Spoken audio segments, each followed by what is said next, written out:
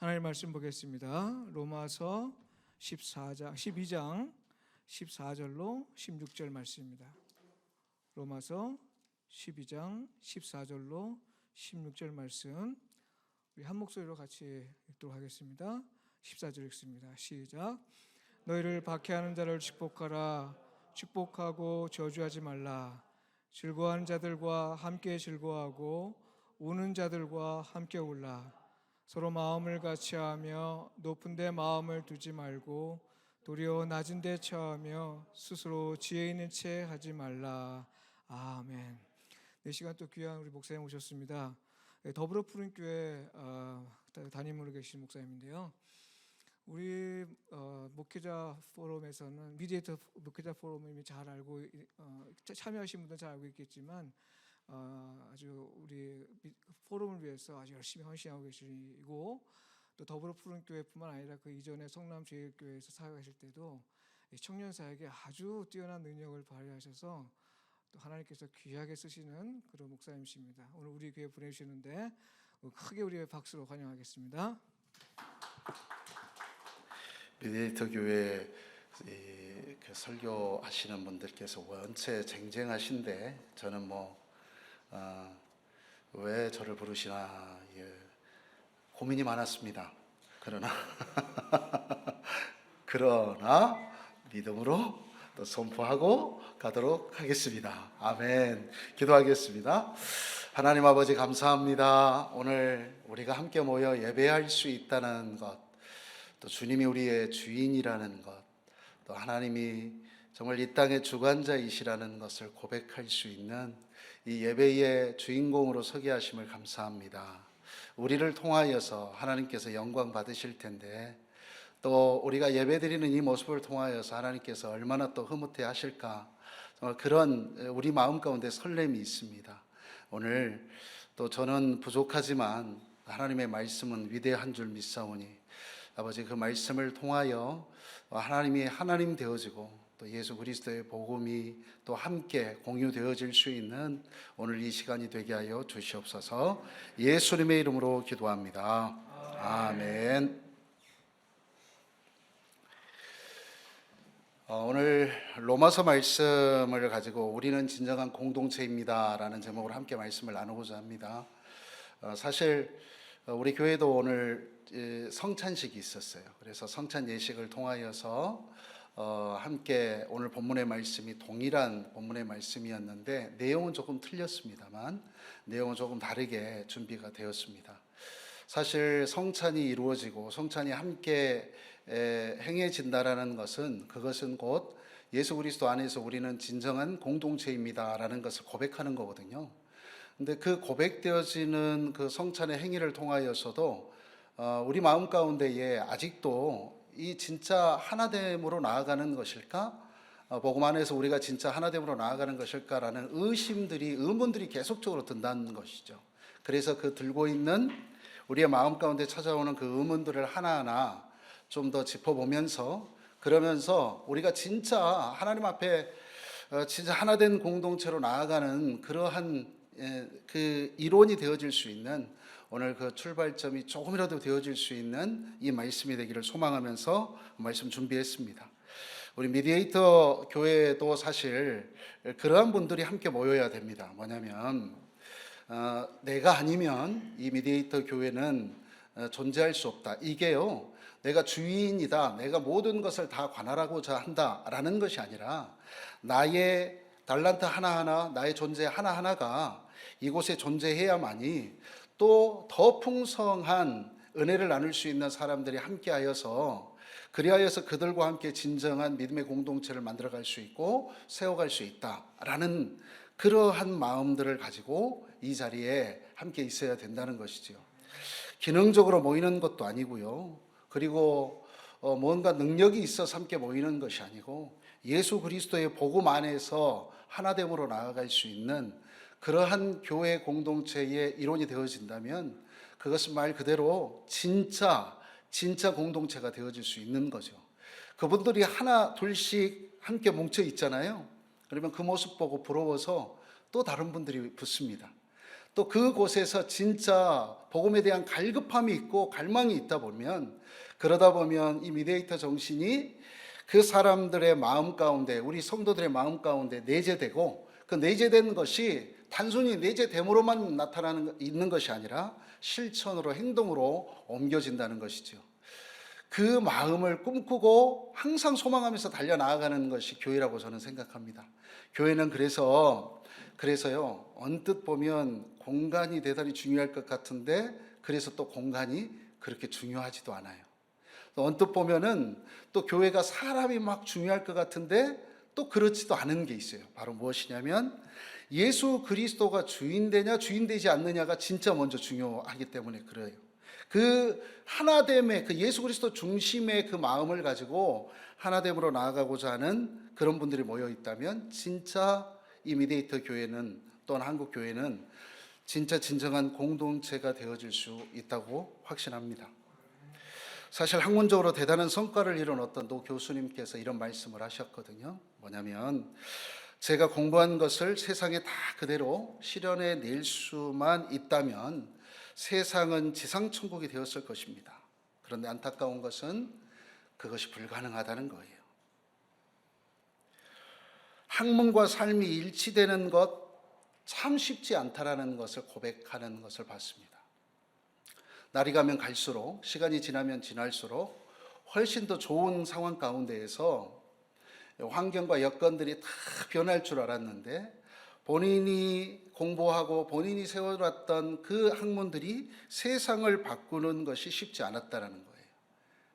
그래서 이 노 교수님이 말씀하시기를, 어느 순간부터 내가 그런 생각이 들어서 과연 무엇을 먼저 변화할까라고 생각을 해봤더니 바로 출발점은 나로부터 시작되더라.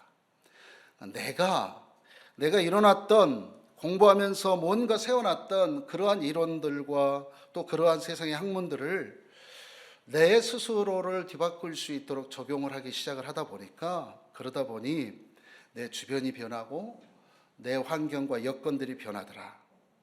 이런 고백을 하는 걸 봤어요.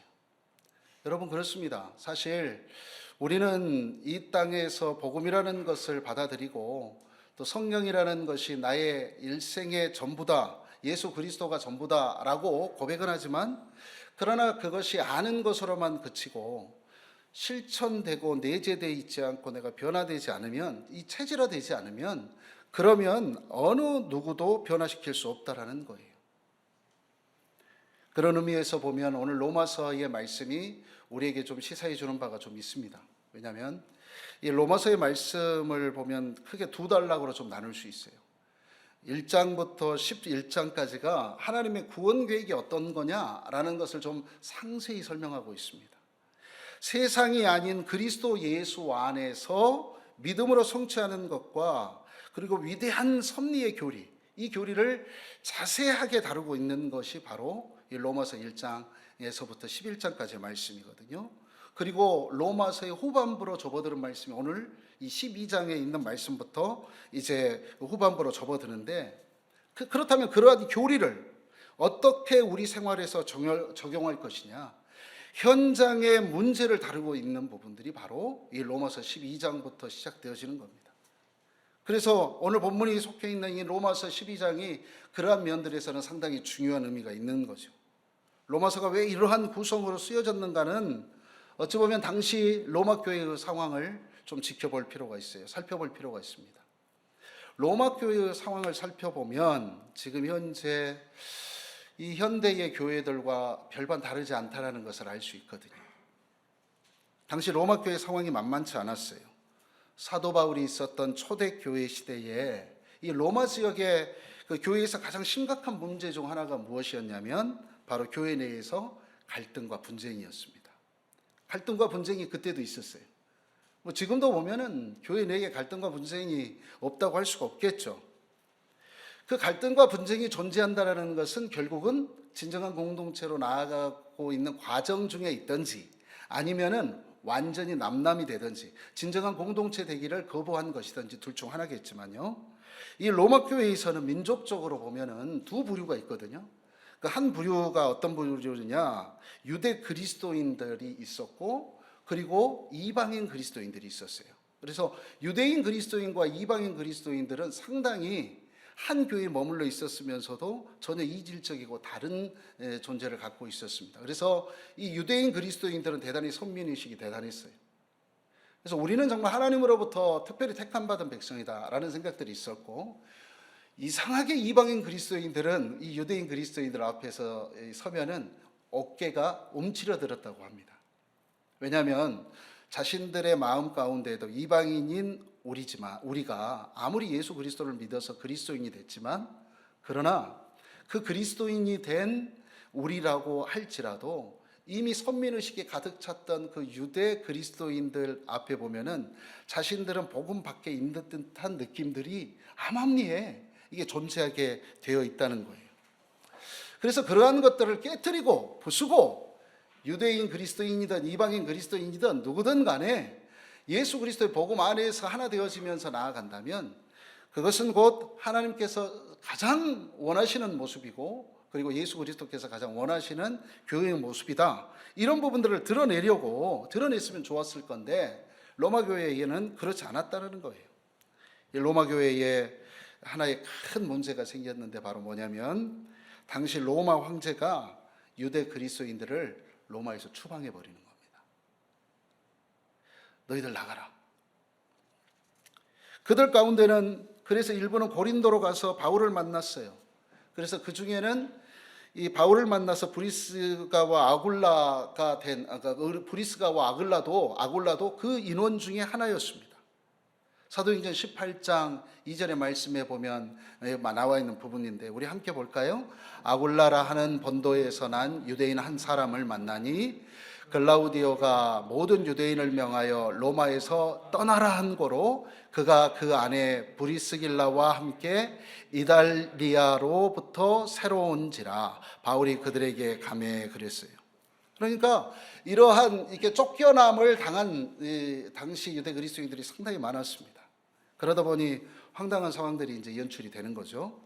주인 행세하면서 이제 유대 그리스도인들이 로마 교회에서 사라지니까 그동안은 좀 유대 그리스도인들 앞에서 좀 비추뼛추뼛하고 좀 이렇게 괜히 움츠러들었던 이방인 그리스도인들이 뭔가 어깨에 힘이 생긴 거예요. 아, 이 교회는 우리가 주인공이 될 수가 있겠구나. 그러면서 그들이 주인 행세합니다. 그러면서 나름 민족적 우월의식을 가지고 우쭐대던 유대 그리스도인들 없는 곳에 이제 자신들이 뭔가 주인 되어지는 진정한 자기가 이제 교회의 주인이 되었다. 이런 의식들이 그 가운데 존재하는 거예요. 사실 예수님 없으면, 요즘 교회도 다 그러거든요.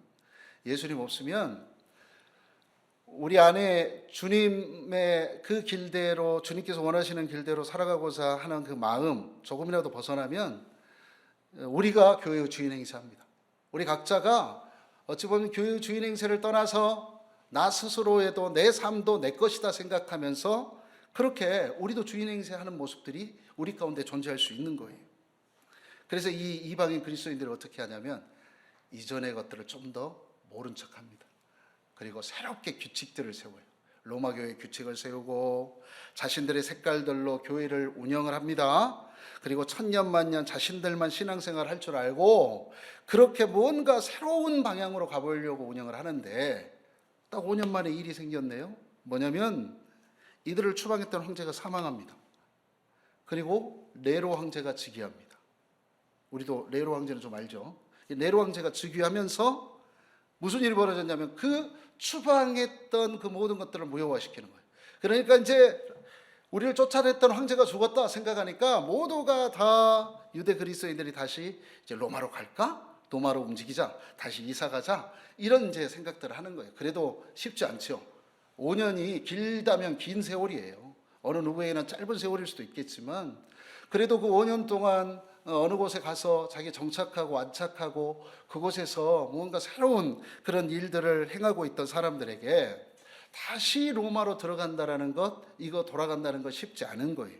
그래도 의지를 가지고 다시 로마로 이사 온 사람들이 있었습니다. 그래서 로마로 돌아와서 다시 로마 교회에서 예배드리면 너무 좋겠다. 본인들이 쫓겨났던 그 교회, 그곳에 가서 다시 예배드린다면 우리는 정말 예수 그리스도를 다시 만나는 것과 같은 그런 기쁨이 있겠다라는 마음을 가지고 이제 추방당했던 유대 그리스도인들이 다시 로마 교회로 돌아옵니다. 그런데 어떻게 됐겠어요? 본인들이 도착해 보니까 전혀 새로운 교회가 되어 있는 거예요. 그 5년 동안. 완전히 새로운 기준들을 세우고 그 기준에 따라서 모든 것들을 자기 마음대로 규정을 잡아놓은 이방인 그리스도인들이 존재하는 거죠. 지금 거기서 갈등과 분쟁이 벌어지는 거거든요. 로마 교회의 가장 큰 문제 중에 하나가 바로 여기에서 나타나는 거예요. 사실 어찌 보면 이것은 갈등이 되어질 수 없는 부분들이거든요. 왜냐하면 이 유대 그리스도인들이 추방당했던 부분들이 누가 원해서 추방당한 게 아니라 타의에 의한 추방이란 말이에요. 그러다 보니까 이방인 그리스도인들이 아무리 그곳에서 존재하고 있었고 새로운 기준들을 마련했다 할지라도 그러더라도 우리는 예수 그리스도 안에서 하나된 형제 자매다라는 마음들이 있었으면 서로가 서로에 대한 배려와 관심을 가지고 나아갔을 거란 말이죠. 그런데 이미 이방 그리스도인들은 복음에서부터 벗어나기 시작을 한 거예요. 뭐냐면 다른 이 예수 그리스도라는 그 복음에 집중했던 것을 없애고 오히려 그것을 더 애매하게 만들고 복음의 색깔을 희석하게 만드는 아주 새로운 규칙과 룰들에 집중하는 모습들을 보게 된다는 거죠. 그러다 보니까 이질감이 서로 생길 수밖에 없죠. 그건 뭐 이해할 수밖에 없는 상황들이 전개된 거예요. 그 가운데서 분쟁이 벌어지는 거거든요. 본질을 벗어난 다른 것에 집중했던 사람들이 분명하게 나타나는 증상 중에 하나가 뭐냐면 바로 이 분쟁이고 서로 부딪히는 거예요. 사실 이러한 부분들을 좀 더 이런 상황들의 그때 로마 교회의 상황들이 지금도 동일하게 한국 교회 내에서도 존재하고 있는 게 사실이거든요. 한국 교회 내에서도 보면 비본질적인 부분들에 너무나 집중해요. 교회의 건물이나 규모나 그리고 무언가 학력이나 또 무언가 좀 그럴듯한 여러 프로그램들 이런 부분들에 집중하는 모습들이 있다 보면 그 아래는 예수 그리스도가 보이지 않습니다. 복음이 없어져요. 그러면 모두가 다 똑같은 그리스도인이라고 하지만은 서로가 싸우고 대립되어질 수밖에 없는 그런 그리스도인의 모습으로 서 있는 거예요. 어찌 보면 그들을 그리스도인이라고 말하는 것조차도 부끄러운 상황에 처해지게 된단 말이죠. 사실 그런 부분들에 있어서 새로운 경종을 울리고 새로운 길들을 열어보기 위해서 이 미디에이터 교회가 세워진 것 아닙니까? 그렇기 때문에 미디에이터 교회도 항상 우리가 건전한 개혁을 위하여서 건전한 방향성을 한번 세워보기 위하여서 나섰지만 그러나 우리도 또 다른 개혁의 대상이 되지 않기 위한 끊임없는 몸부림이 우리 가운데에서 존재해야 되는 거예요. 그래야만이 그런 끊임없는 이 내적인 몸부림이 존재하는 분들이 모여 있을 때에 그럴 때에 진정한 미디에이터 교회가 복음 우선주의의 공동체로 서어질 수 있다는 것입니다. 이 사도 바울은 민족적인 구분을 뛰어넘는 예수 그리스도의 피로 하나 된 교구들이 구체적으로 어떤 자세를 가졌으면 좋겠다라는 생각을 이제 이때부터 하는 거죠. 그것을 알려주기 위해서 이 로마서 본문이 이제 로마서가 쓰여지기 시작한 거예요. 이제 실천편들이. 어찌 보면 이 미디에이터 교회가 그런 면들에서는 원래 이렇게 진정한 공동체의 모습이 어떤 모습인지 그 전형과 모형을 그래서 이 땅에 실현해야 될 필요성이 있는 겁니다.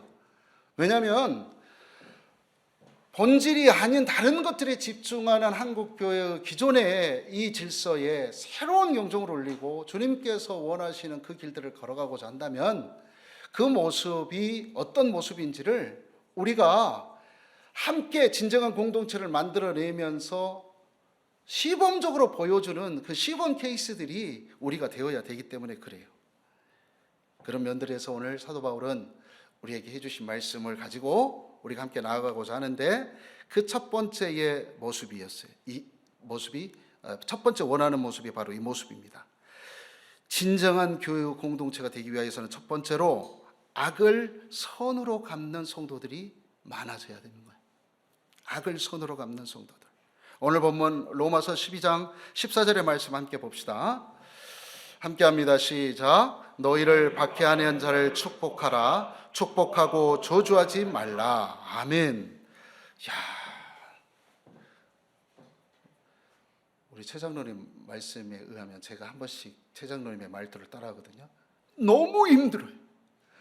정말 어려운 일입니다. 뭐 이러면서 이렇게 말씀을 하시는데, 저는 정말 이 부분들이 쉽지 않다고 봐요.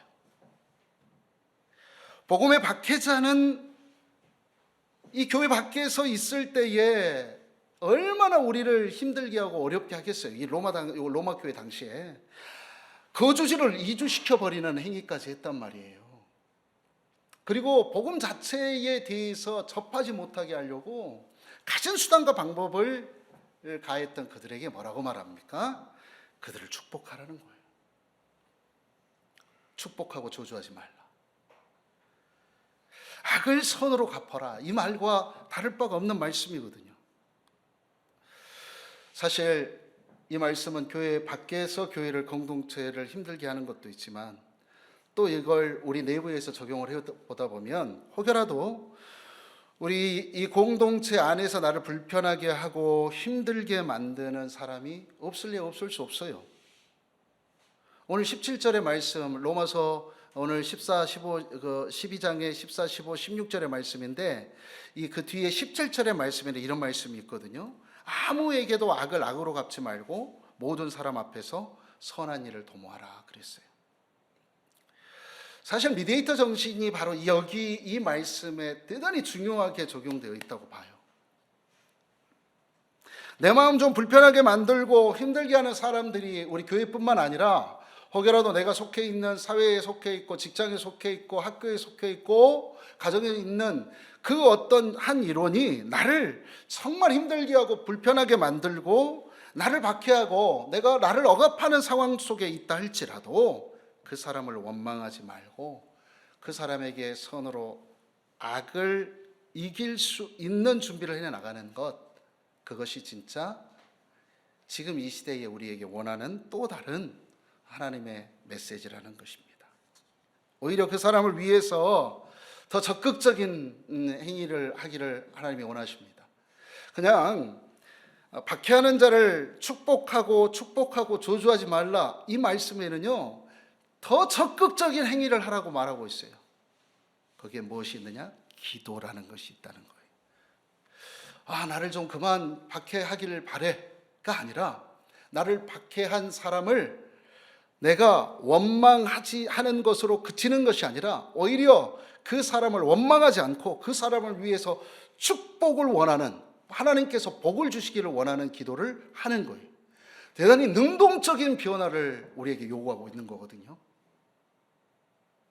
여러분, 이 믿음의 혁신, 믿음의 변혁을 꿈꾸고 삶의 변화를 꿈꾸는 그런 사람들의 가장 중요한 것 중에 한 가지가 바로 이 부분들이에요. 뭐냐면 믿음은 절대 수동태가 아닙니다. 수동적으로 움직여서는 안 되는 거예요.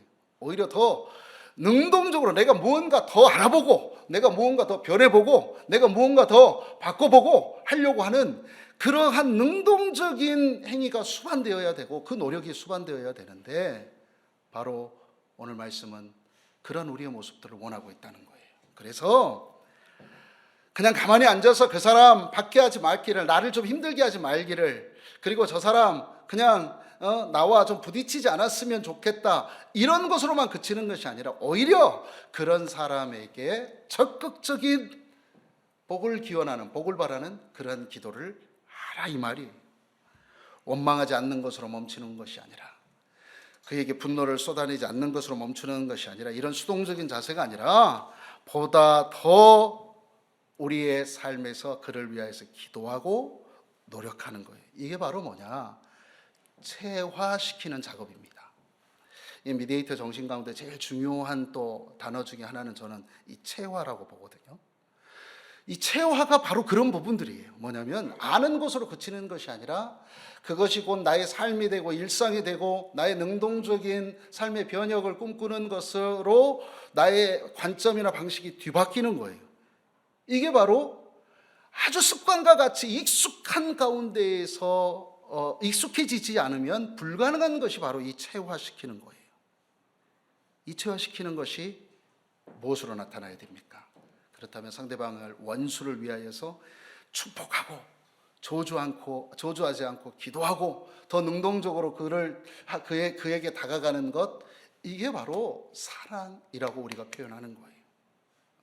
악을 손으로 갚으라는 것은 그래서 더 적극적으로 그리스도인들이 하나님을 사랑하는 마음으로, 하나님이 우리를 사랑하는 마음으로, 예수 그리스도가 우리를 위하여서 하늘 영광 모든 것 내려놓고 이 땅에 가장 연약한 아기 예수로 오신 그 마음으로 상대방을 사랑하라는 거예요. 왜냐하면 사랑은 믿음의 완성이기 때문에 그렇습니다.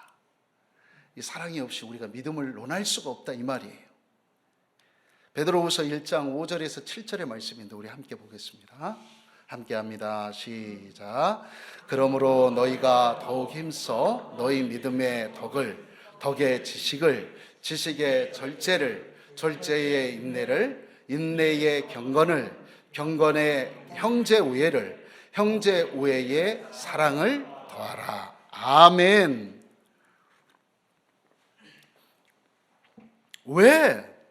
왜 사랑이 믿음의 완성이라고 하면서 이 말씀이 중요하냐? 왜 성화나 경건보다 형제 우애 사랑이 더 중요하냐? 그렇게 하나님이 말씀하시는 이유는 뭐겠어요? 성화나 경건은 자신의 신앙을 완성하는 과정이라 한다면, 형제 우애나 즉 인간에 대한 우정과 사랑은 자신을 벗어난 타자와의 관계, 그 공동체 속에서 갖춰야 될 덕목이고 자세이기 때문에 그래요. 더 놀라운 것은 이 본문의 맨 뒤쪽에 보면 사랑을 더하라고 그랬어요. 더하라. 사랑을 더한다라는 것은 우리가 생각했던 것 그 이상의 놀라운 변화를 우리에게 원하고 있는 거거든요. 아무리 믿음이라는 것에는 덕이라는 것을 덮어씌우고 그 덕에 또 지식, 하나님을 알아가는 지식을 넣고 절제를 올리고 인내를 올리고 경건을 올리고 형제 우애를 올린다 할지라도, 그래도 그 모든 것을 다 포용하는 것이 무엇이냐? 사랑이라는 것이 사랑. 그래서 이 사랑이 없으면 결국은, 없는 사랑은 결국은 다른 모든 것들을 다 수용하고 포용할 수 있는데, 사랑이 없다라는 것은 그 다른 것들도 없어질 수 있다라는 것을 말씀하고 있는 것이요. 그렇습니다. 하나님 사랑의 궁극적인 것은 이 사랑이, 하나님 사랑의 완성을 원하시는 건데, 그 하나님 사랑의 완성이 바로 이 말씀의 마지막에 사랑을 더할 때 가능한 거예요. 바로 오늘 제가 방금 이 말씀으로 적용한 부분들이 지난주 미디에이터 목회자 포럼에서 언급하셨던 우리 장로님 내용이에요. 내용이 이 부분에 언급이 되어진 건데, 사실 저는 그래서 진짜 최 장로님도 마찬가지고 이 부분들에 대해서 같은 생각들을 갖고 있는 분들이라면 제일 그래서 이 말씀에 대해서 두려워해야 된다고 봐요. 왜 마지막에 사랑을 더한다, 그리고 그 모든 것들이 행동으로 우리에게 보여진다, 그것을 우리의 삶으로 부정이 아니라 긍정의 모습으로 보여주기 위하여서 우리의 삶을 살아내겠다. 이것은 지금까지 어찌 보면 가장 치열한 믿음의 싸움이지 않을까라는 생각을 하는 거죠. 그런데 그 각오를 가지고 이 마지막에 그 모든 것들의 사랑을 더하는 거예요. 사실은 믿음은 그래서 이렇게 공격성이 있다니까요. 그래, 남들은 그게 무섭고 그렇게 할 수 없다고 생각되기 때문에 외면하는 것이지만, 그러나 오히려 우리는 하나님께서 주신 그 말씀과 도전에 아멘, 그리고 내가 그렇게 살아내 보겠습니다 라면서 더욱더 공격적으로 앞으로 나아가는 모습들, 그게 진짜 사랑을 더하는 모습이에요. 내가 사랑할 수 없는 상황에서도 사랑해 보겠다. 내가 나를 핍박하고 억압하는 사람을 축복할 수 없는 상황에서도 내가 축복하겠다.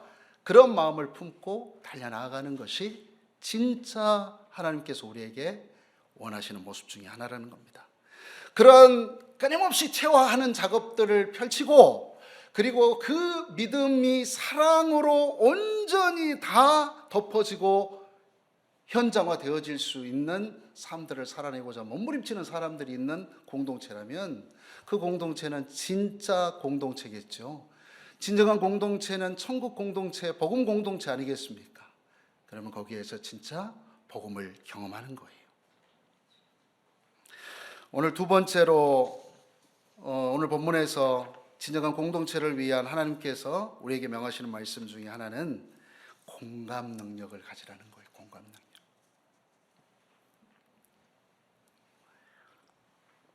오늘 본문 15절 함께 합니다. 시작. 즐거워하는 자들과 함께 즐거워하고 우는 자들과 함께 울라. 아멘. 그렇습니다. 즐거워하는 사람과 즐거워하고 우는 사람과 함께 울라는 것은 그들의 감정과 그들의 느낌들 모든 것들을 함께 공감하라는 것을 말하는 거거든요. 공감하라는 것을.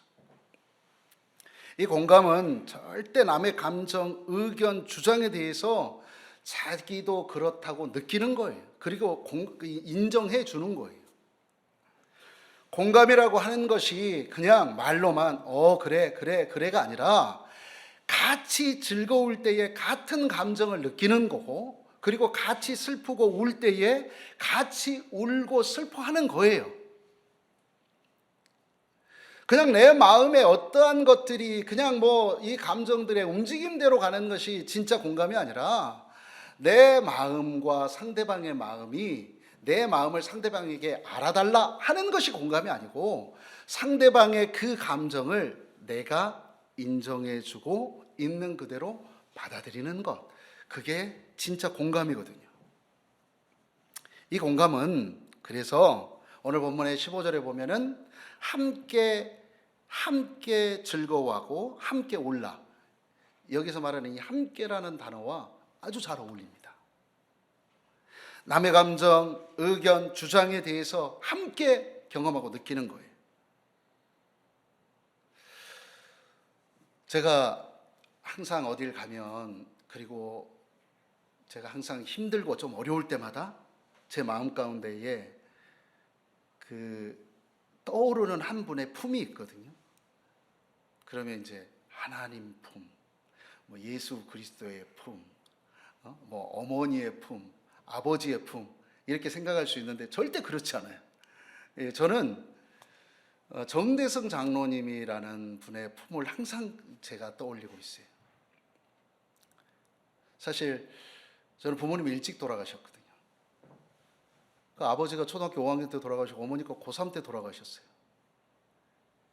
그런데 어머니가 고3 때에 암 선고를 딱 받고 나서, 그리고 나서 제 마음 가운데에 이루 말할 수 없는 절망이 찾아들었죠. 여름 수련회를 가서 어머니가 이제 얼마 남지 않았다라는 소식을 듣고 하나님 앞에, 남들은 즐겁게 뛰어놀고 있는 그 마지막 캠프파이어, 그 마지막 날 밤에 저는 산으로 올라가서 큰 나무 뒤에서 정말 머리를 찧어가면서 하나님 앞에 기도했어요.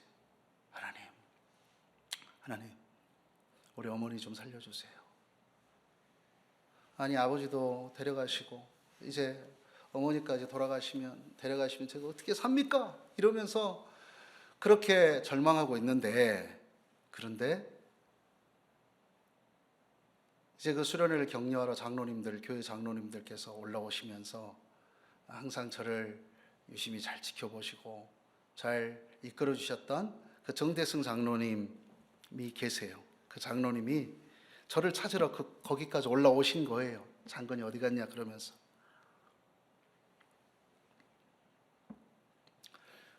저를 딱 발견하고는 그 장로님이 저에게 그 말씀을 하셨어요. 그리고 저를 꽉 한번 안아주셨는데, 장건아, 아버지가 일찍 돌아가셔서 아버지도 없는데 이제 어머니까지 암에 걸려서 마지막 선고를 받았는데 그러면 넌 얼마나 힘들까? 이럴 때 너희 아버지라도 있었으면은 그래도 힘이 됐을 텐데. 그러면서 저에게 딱 뭐라고 말씀하셨냐면, 장근아, 오늘은 내가 네 아버지가 돼줄게. 이리 와. 그러는 거예요. 저는 아직도 이걸 잊지 않거든요. 장근아, 오늘 내가 네 아버지가 돼줄게. 제가 그래서 그 품에 안겨서요, 아버지, 아버지, 아버지. 1시간 넘게 그 장로님 품에서 아버지만을 불렀어요.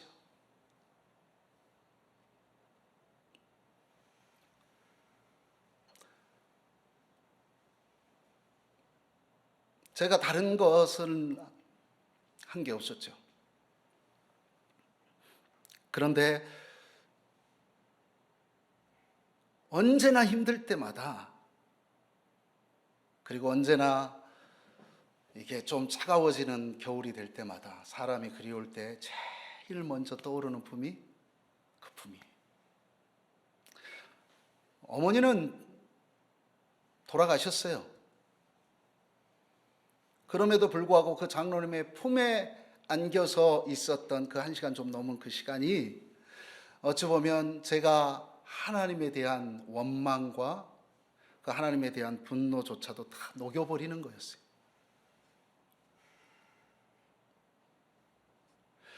그 장로님의 장은아 이리 와. 내가 너의 아버지가 돼줄게. 그 한마디가 아직까지도 제 가슴에 이렇게 남아있잖아요. 사실 공감은 말로 해서 되는 게 아니잖아요. 함께 느껴져야 되는 거거든요. 당신도 나도 함께 느껴지는 것. 그게 진짜 공감이거든요. 그 공감이 우리에게도 이미 임했는데 우리는 그것에 대해서 그렇게 익숙하게 받아들이지 않고 있어요. 사실 하늘 보자 버리시고 우리를 위해서 이 땅에 오신 예수님, 저는 예수님이 다른 종교의 신처럼 왔으면 절대 믿지 않았을 겁니다. 예수님께서 이 땅에 오셔서 무명으로 30년을 보내셨고 그리고 나머지 3년의 공생애, 그 공생애를 통하여서 진짜 이 천국 복음을 외치신 그 모습 보면서 전 뭘 느꼈냐면, 남들은 천국 복음 외치면서 공생애를 살아가신 3년에 주목하는데 저는 예수님의 그 무명과 같은 30년을 더 주목하게 됐어요. 같이 몫으로 일하면서 땀 흘리고 고생하고 수고하고 그러면서 그곳에서 정말 가족들 간의 이 다툼도 분쟁도 다 중재하시고, 그리고 같이 힘든 곳이든 정말 좋은 맛있는 음식이든 같이 먹으면서 함께 보냈던 그 30년의 세월을 통하여서 어느 누구보다도 예수님은 우리 사람에 대한 이해도가 클 것이다 라는 생각이 저를 사로잡았어요. 함께 인간의 삶을 이해한다 말하는 다른 신이 아니라 그냥 함께 살아내고 함께 그 30년의 세월을 그렇게 뒹굴면서 하나님의 하늘 보좌를 다 내려놓고 이 땅에 오신 그 예수님, 그 예수님이 나의 주님으로 받아들여지지 않는 것이 저는 더 이상했어요. 여러분,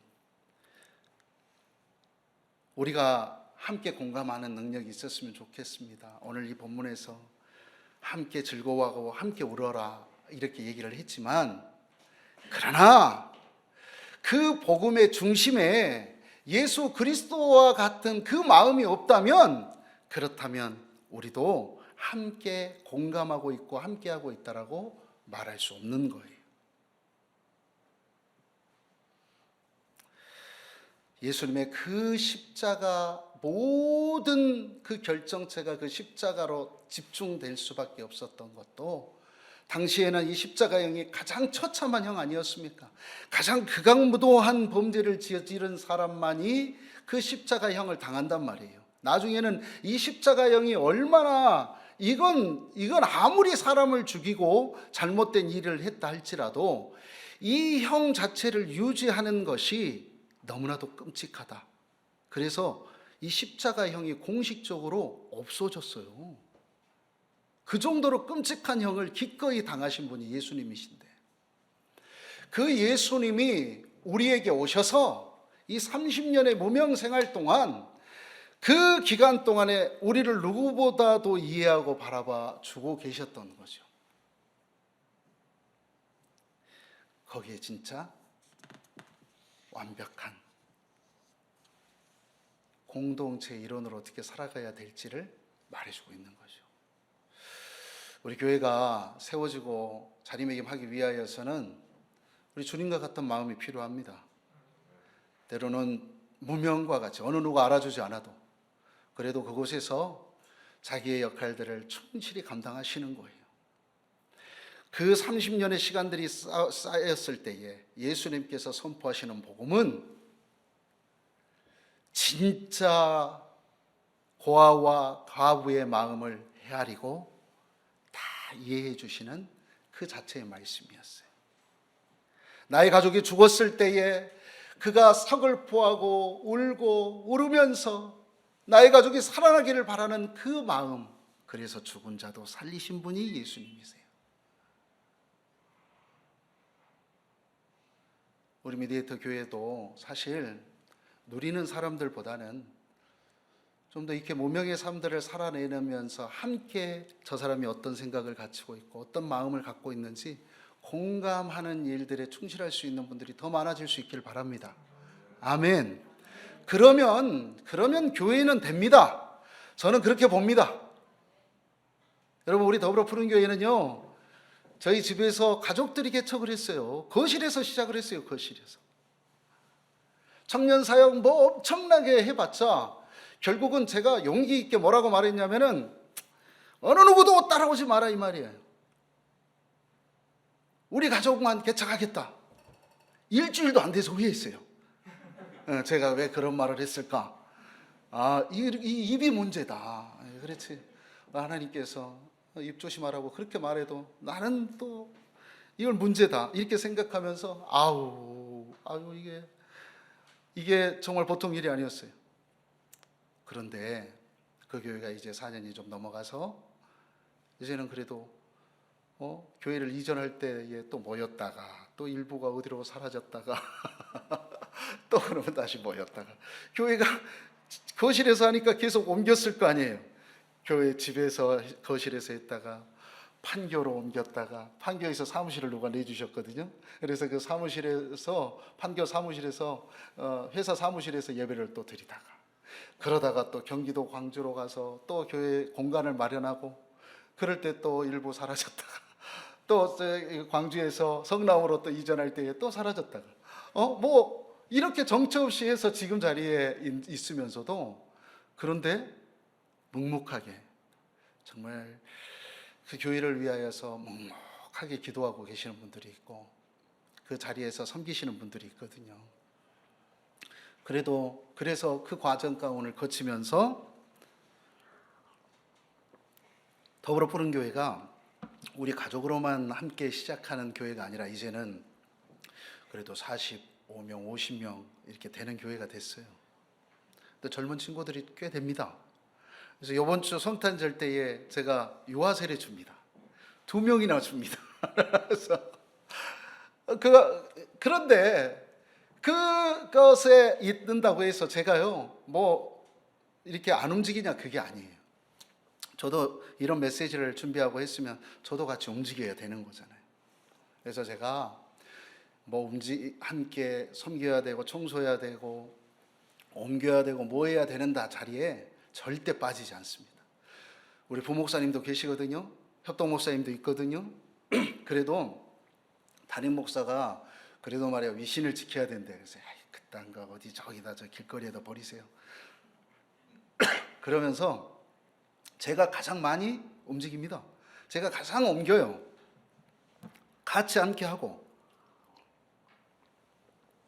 그렇게 하다 보면 제가 나를 보고 따라와라가 아니라 제가 말씀을 그렇게 준비하고 그렇게 선포했는데 뭐 내가 모범 보이기 위함도 아니고 그냥 그렇게 사는 것이 하나님께서 원하시는 모습이니까 바로 그게 진짜 공감 아니겠어요? 나는 우리 주님이 그렇게 해주셨다고 봐요. 미디에이터 교회도 하나님께서 분명 그러한 분들을 지금 보내신 줄 믿습니다. 그 자리에서 한 분 한 분씩이 완전한 자리매김을 하면서 그러면서 우리가 함께 미디에이터 정신을 좀 더 배우고 M5 정신을 통하여서 이 세상의 진정한 미디에이터들을 양성해 보겠다. 이것이 구호가 아니라 우리 스스로가 함께 그 자리에서 존재하고 그 자리에서 함께 즐거워하고 그 자리에서 함께 울고 그 자리에서 함께 가슴 아파하면서 나아간다면 그러다 보면 정말 그것이 진정한 하나됨으로 나아갈 수 있는 모습이 되어질 줄 믿습니다. 그런 분들이 있을 때에 진정한 공동체가 되는 거예요. 진정한 미디에이터 교회가 되어진다는 것입니다. 그러면 거기에는 무엇이 필요하느냐? 함께 가기 위하여서는 사랑과 더불어서 또 온유가 필요해요. 온유. 사실 모든 사랑의 덕목이 온유로 귀결된다고 했어요. 그렇죠, 장로님? 사실 모든 사랑의 덕목이 온유로 귀결된다는 것은 보니까 전 100% 이 말에 공감해요. 열정도 좋고 뭔가 방향성도 좋고 의지도 좋은데 중요한 것은 함께 가려면 온유라는 덕목을 갖고 있는 진짜 그 모범이 되어지는 분이 한 분 있든지 아니면 끊임없이 온유라는 이 덕목을 갖기 위하여서 계속 우리 안에서 이 싸움들이 벌어지든지 해야 됩니다. 과격한 표현들이나 이런 부분들에서 아주 순식간에 표현들이 변하고 방식들이 변하는 모습들이 우리 가운데 존재하면 그렇다면 절대 함께는 갈 수 없기 때문에 그래요. 이 온유는 그냥 만들어지는 것이 아니잖아요. 에베소서 4장 31절에서 32절의 말씀에 보면 너희는 모든 악독과 노함과 분냄과 떠드는 것과 비방하는 것을 모든 악의와 함께 버리고 서로 친절하게 하며 불쌍히 여기며 서로 용서하기를 하나님이 그리스도 안에서 너희를 용서하심 같이 하라고 했어요. 와, 하나님이 그리스도 안에서 우리를 용서하심 같이 하라는 거예요. 이게 진짜 온유거든요. 이게 진짜 온유거든요. 정말 어려운 거예요. 저 같은 기질의 사람은 더더욱 어려워요. 저는 직방을 날려야 돼요. 이렇게 막 그랬는데 하나님께서 직방 날리는 저에게 분명한 변화를 원하고 너도 너 마음 가운데 온유가 있기를 원한다 하시면서 큰 계획을 세우신 것 같아요. 교회 개척을 하고 나니까 온유한 마음을 품기 위해서 몸부림치지 않으면 교회가 세워질 수가 없어요. 보니까 특히 모든 것에 대한 용납이 필요해요. 기준을 세워주고 뭘 하고 하지만 그럼에도 불구하고 그 용납이 세워지지 않으면 용납함이 있지 않으면 불가능하다는 거예요. 사실 이 두 가지의 마음들이 끊임없이 우리 마음 가운데에서 움직이죠. 뭐냐면 제대로 된 기준들을 제시할까? 아니면 그래도 좀 돌아가더라도 좀 온유한 마음을 품고 그걸 기다리고 바라봐 줄까? 이 두 가지의 마음이 끊임없이 싸워지지만 그러나 하나님께서 원하시는 게 그리스도 안에서 너희를 용서함 같이 하라고 했다면 그렇다면 기꺼이 그것을 받아들이고 인정하며 나아갈 수밖에 없다는 거죠. 목회데이터 연구소의 지용군 대표님을 통하여서 제가 매주마다 자료를 받고 있지만 제가 그 자료들 중에 좀 집중해서 보는 한 부분이 있었습니다. 바로 무엇이 있었냐면 20, 30대의 청년들이 가장 힘들어하는 대상대가 누구냐? 쉽게 말해서 세대 차이를 느끼는 사람들이 누구냐라고 봤을 때에 60세 이상이 월등히 많아요. 그러면 60세 이상의 분들이 가장 세대 차이를 느끼는 사람들이 누구냐? 당연히 20, 30대죠.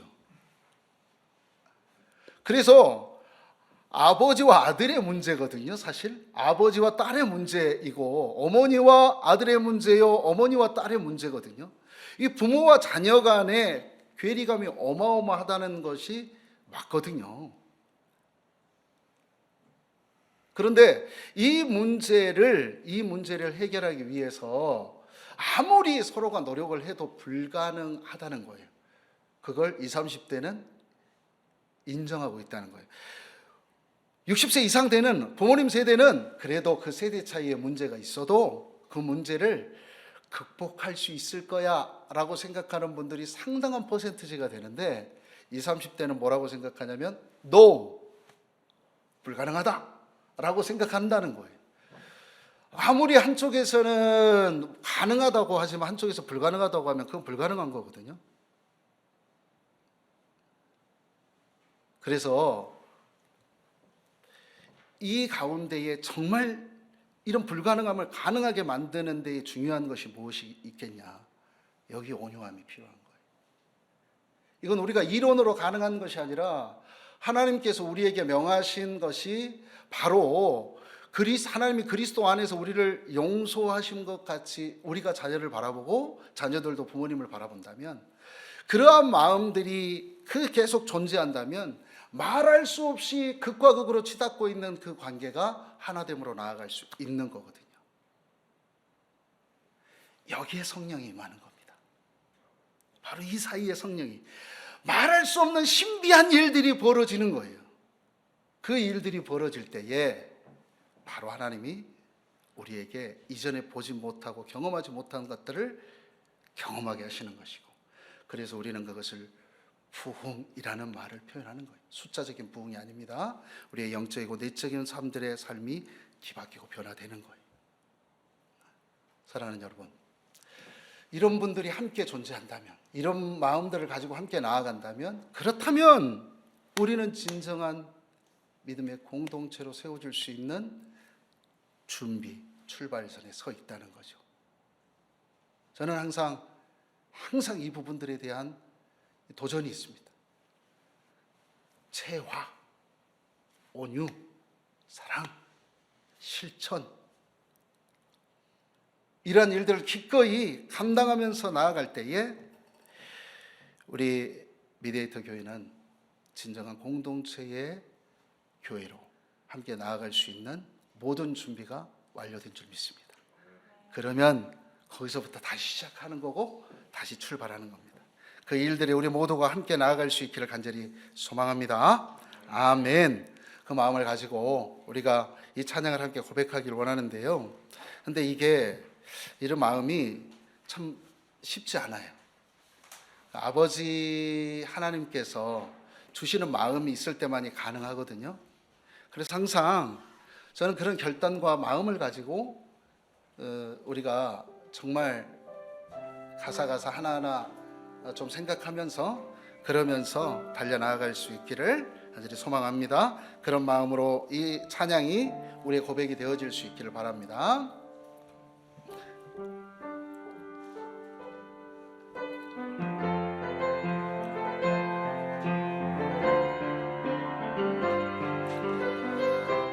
아버지 당신의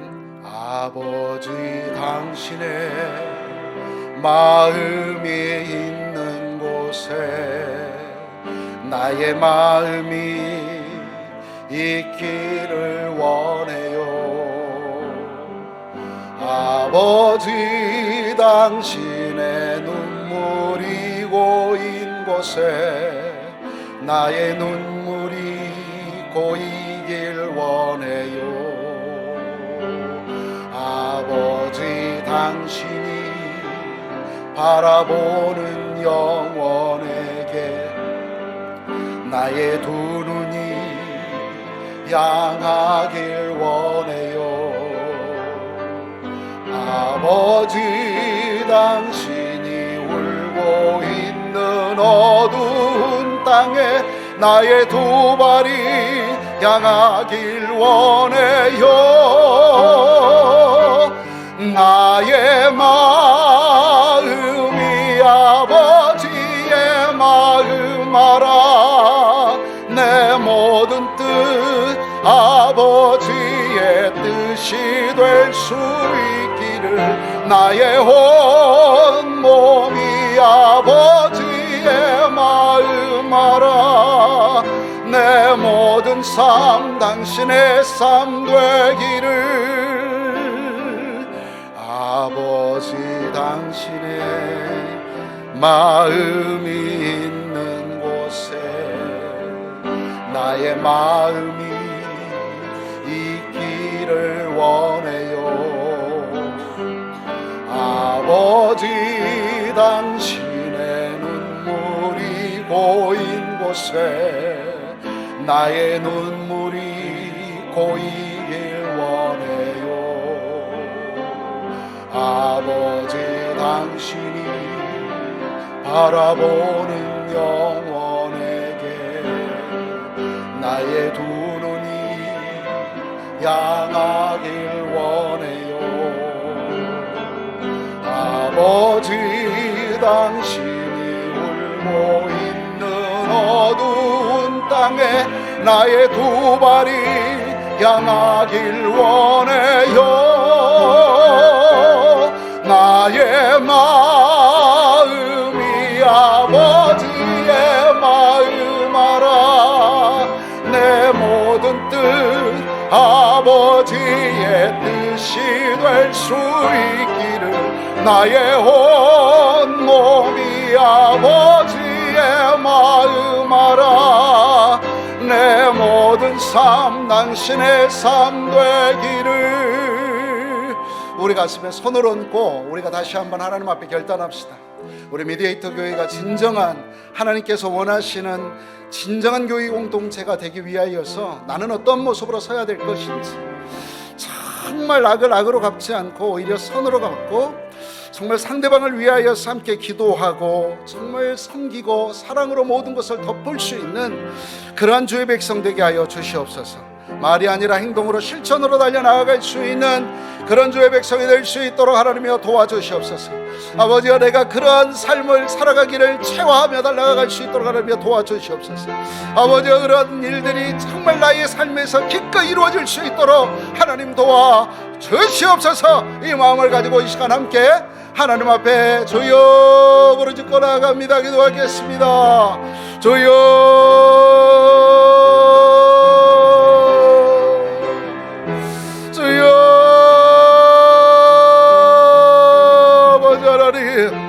아버지 하나님, 그렇습니다.